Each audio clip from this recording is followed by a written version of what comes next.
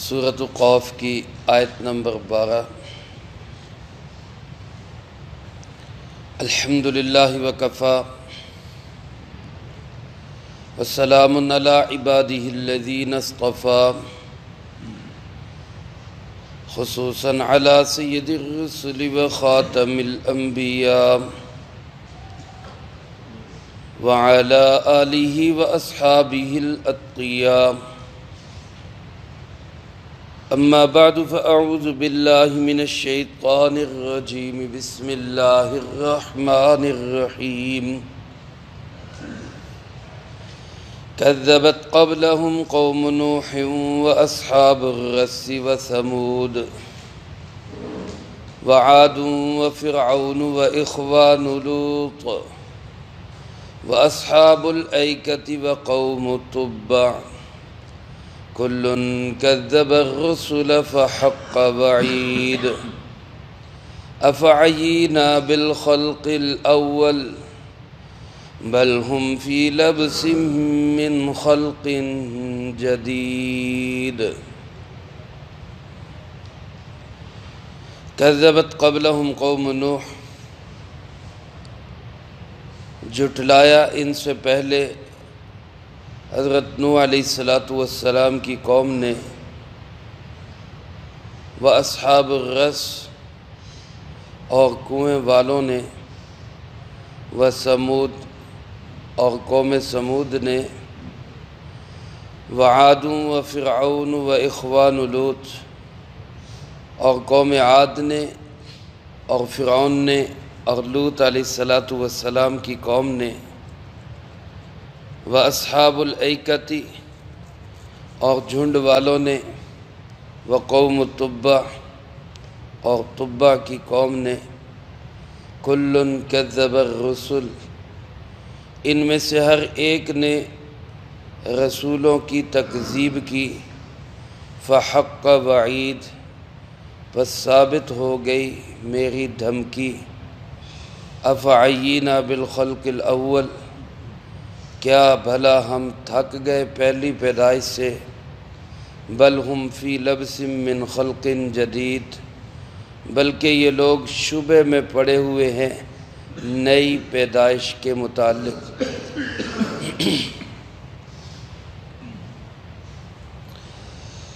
سورۃ قاف کا مرکزی موضوع اور مضمون مرنے کے بعد دوبارہ جی اٹھنا ہے۔ میرا آپ کا ایمان ہے، ہر مسلمان کا یہ عقیدہ ہے اور ہونا چاہیے کہ یہ دنیا کی زندگی عارضی ہے، اصل زندگی مرنے کے بعد شروع ہوگی، اور اسی زندگی کے لیے ایک مسلمان کو اپنا محنت کرنی ہے اور اسی زندگی کو بنانا ہے۔ اور بے وقوف ہے وہ انسان کہ جو اس عارضی زندگی کو بنانے کے لیے اس دائمی زندگی کو بگاڑ لے، اور عقل مند ہے وہ انسان کہ جو یہاں کی عارضی زندگی میں گزارا کر لے لیکن آخرت کی دائمی زندگی کو سنوار لے۔ اللہ مجھے آپ کو سب کو اس زندگی کو بنانے کی توفیق نصیب فرمائے۔ بہت سارے لوگ پہلے بھی گزرے، آج بھی ہیں، آئندہ بھی رہیں گے، جو آخرت کے بالکل منکر ہیں۔ ان کے دل دماغ میں نہیں آتی یہ بات کہ مرنے کے بعد بھی کوئی زندگی ہے، وہ سوچ ہی نہیں سکتے۔ اللہ ایسے لوگوں سے ہماری حفاظت فرمائے۔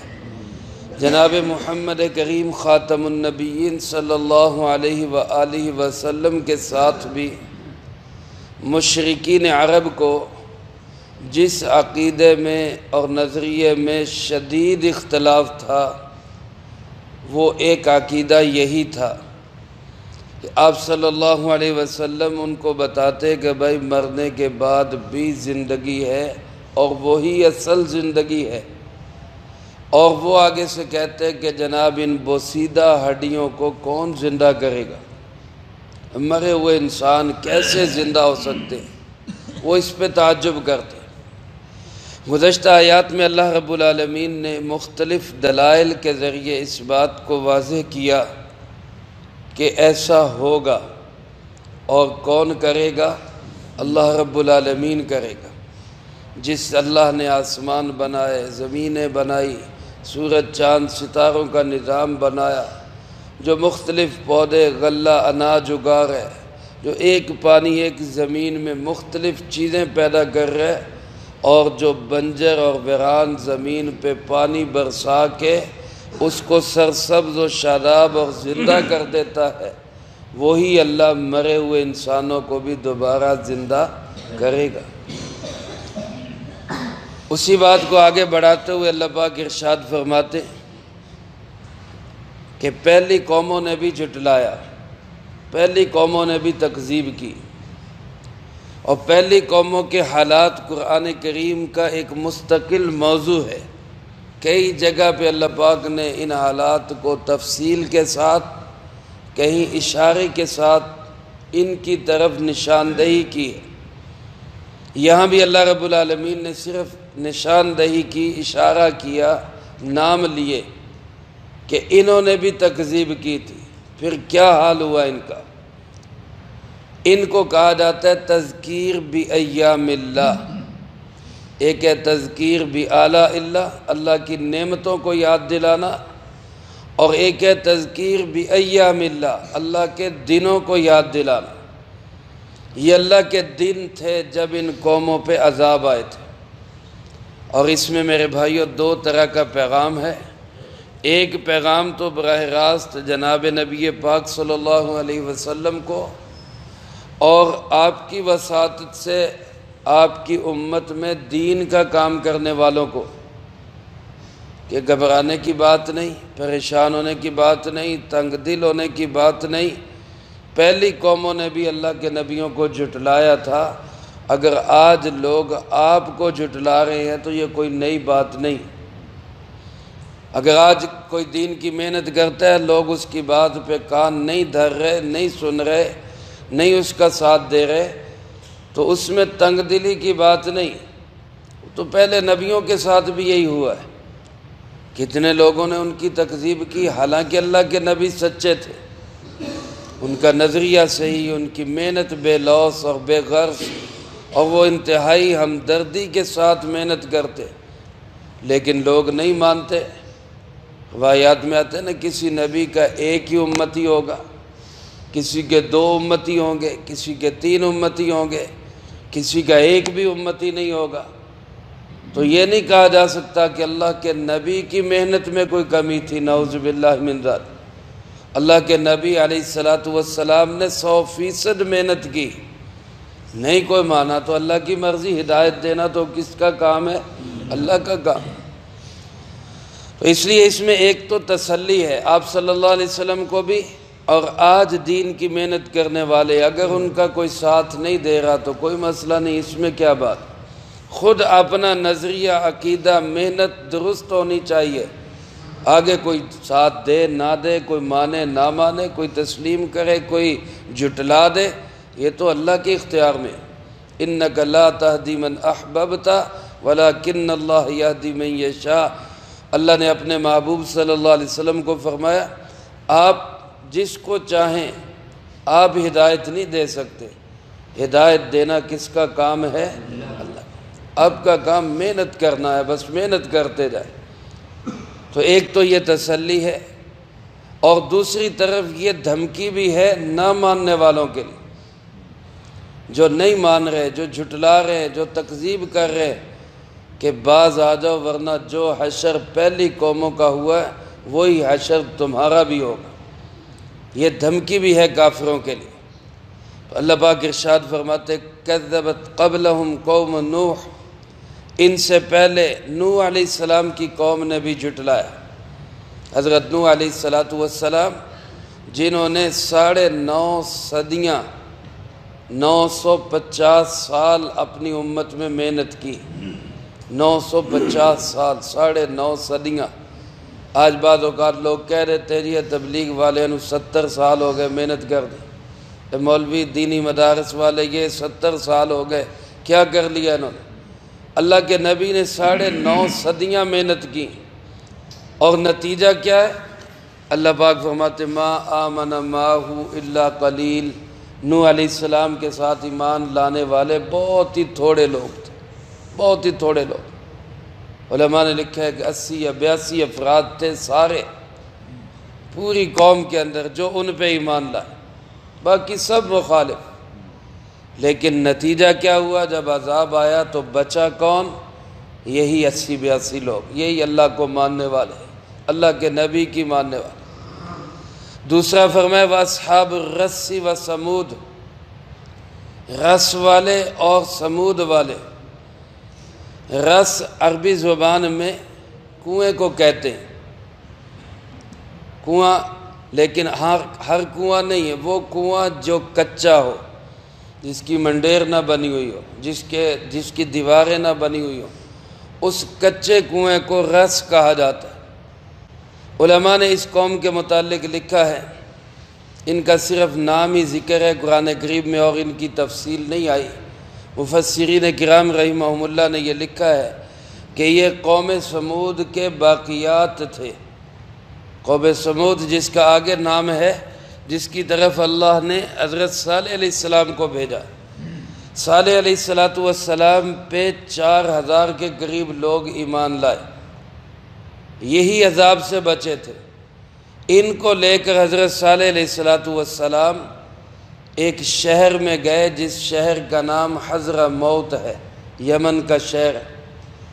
علماء نے لکھا ہے کہ یہ اس کنویں پہ پہنچے تو وہاں پہ حضرت صالح علیہ السلام کی موت کا وقت آ گیا، اس لیے اس شہر کا نام ہی حضرموت ہو گیا کہ موت حاضر ہو گئی۔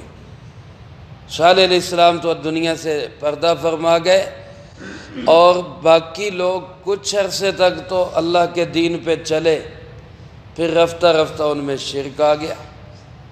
پھر اللہ نے ایک اور نبی کو ان کی طرف بھیجا، لیکن انہوں نے اس نبی کی تکذیب کی، بلکہ اللہ کے اس نبی کو شہید کر دیا۔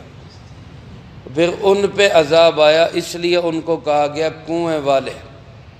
اور قوم سمود یہ تو مشہور قوم ہے، جو بڑی کاریگر قوم تھی، بڑے مکان بناتی تھی، پہاڑوں کو کھود کے ان کے اندر مکان بنائے ہوئے۔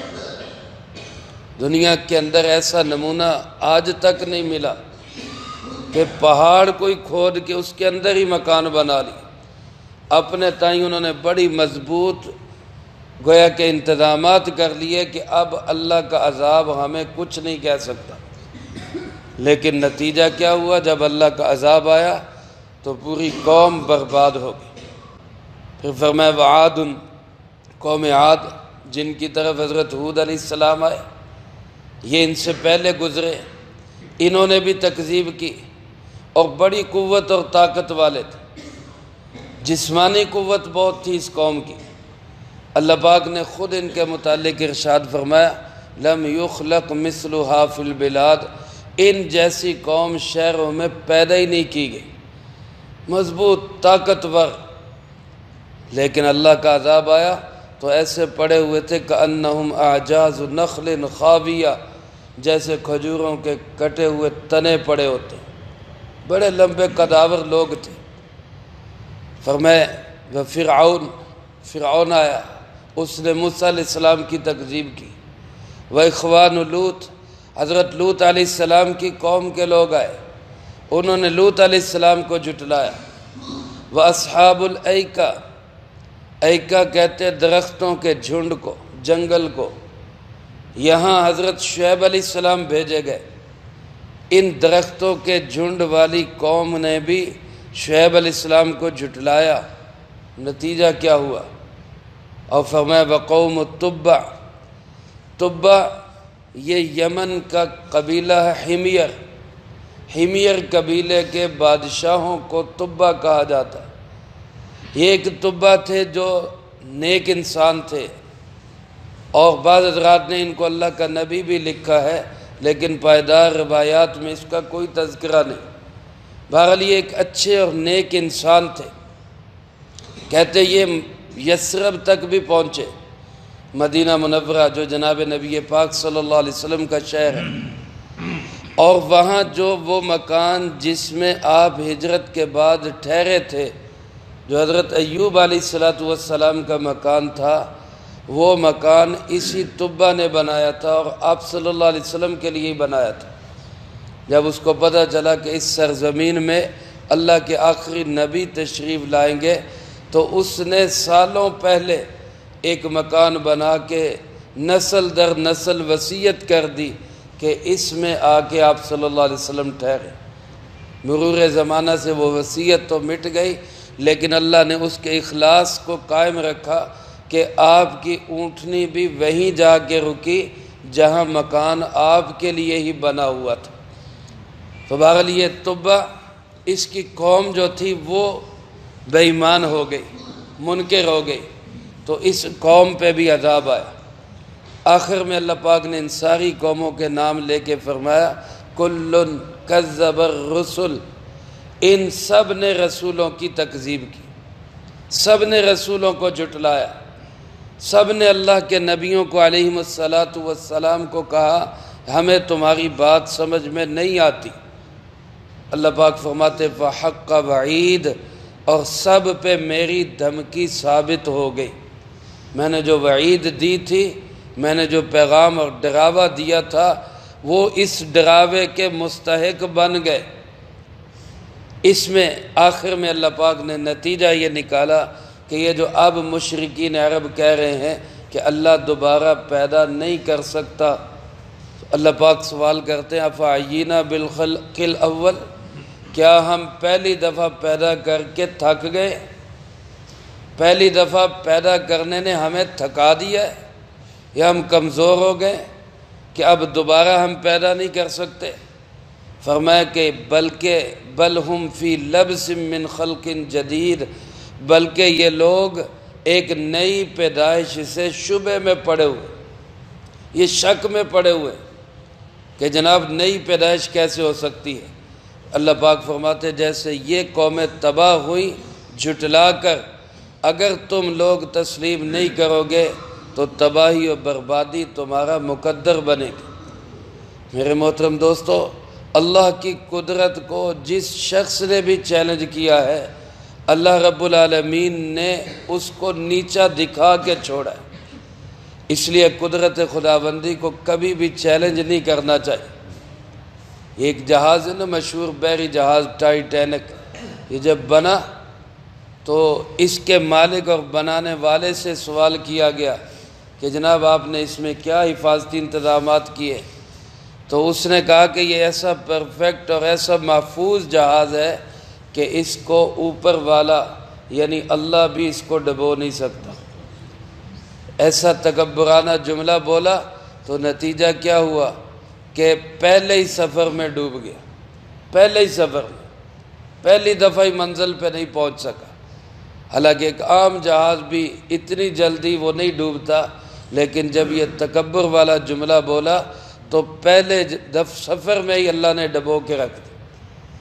برازیل کے اندر ایک شخص الیکشن لڑ رہا تھا، تو اس نے کہا کہ اگر مجھے 50,000 ووٹ مل جائیں تو مجھے خدا بھی ہرا نہیں سکتا، پھر مجھے خدا بھی نہیں ہرا سکتا۔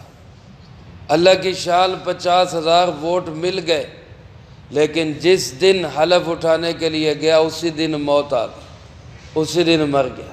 اللہ نے دکھا دیا کہ ووٹ بھی مل گئے اور ہرا بھی دیا اللہ۔ اس لیے یہ تکبرانہ جملے کہ وہ کچھ نہیں کر سکتا، یہ ایک مسلمان اور ایک ایمان والے کے جملے نہیں ہو سکتے۔ میرے بھائیو، اللہ قادر مطلق ہے، وہ جب چاہے جو چاہے جیسا چاہے کر سکتا ہے۔ وہ بے بس نہیں ہے، وہ عاجز نہیں ہے، وہ قادر ہے۔ اس لیے مرے ہوئے انسانوں کو زندہ کرنا بھی اس کے لیے کوئی مشکل کام نہیں۔ تو دوبارہ زندگی ہے، اور اسی زندگی کی ہم نے اس زندگی میں تیاری کرنی۔ اللہ مجھے آپ کو سب کو اس کی توفیق نصیب فرمائے، جو کہا سنا اس کو زندگی میں لا کے دوسروں تک پہنچانے کی توفیق عطا فرمائے۔ اللہم انت السلام ومنک السلام، تبارکت ربنا وتعالیت یا ذا الجلال والاکرام۔ اللہم اعننا علی ذکرک وشکرک وحسن عبادتک۔ اللهم احسن عاقبتنا في الأمور كلها وأجرنا من خزي الدنيا وعذاب الآخرة. اللهم